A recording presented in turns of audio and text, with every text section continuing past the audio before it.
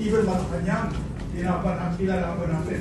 Kaya wala kami kinalaban dyan. Bakit dapat sinama kami dyan sa propaganda na yan?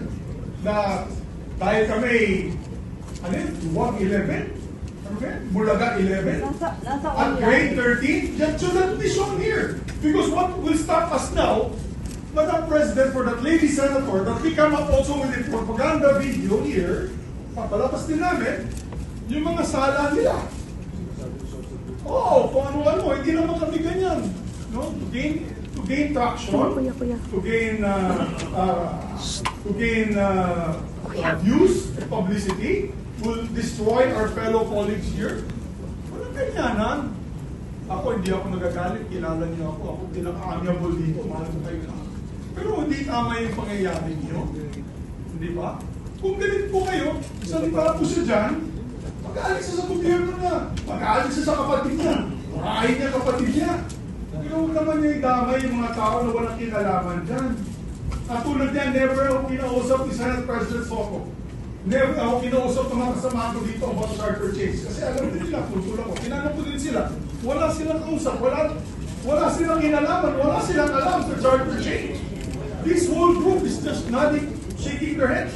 There is no such thing. Hindi badiday na tayo dito sa Senado. Kaya sinasabi, we're circus. I apologize to those who are watching. You think we're circus? We are circus because this type of language that we are pushing in this August chamber, it's unparliamentary, Madam President. It is unparliamentary.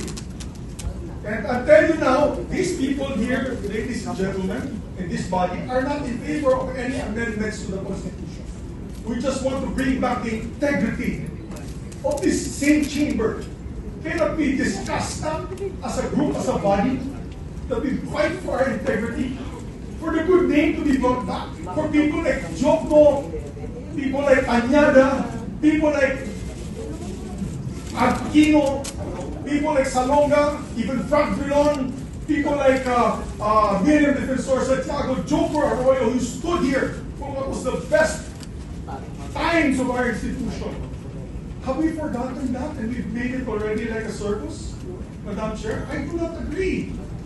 Because I'm not Macamarcos. I'm not, so when you come up with a propaganda tool like that, hitting all of us, it makes us look that we are, nagpagkasapani po kami ng mali at nasapani po kami ng mga demonyo. May panindigan po kami lahat dito, Madam President. So therefore, you can see my passion on this. I move to strike that horrible propaganda video off the records of this great institution.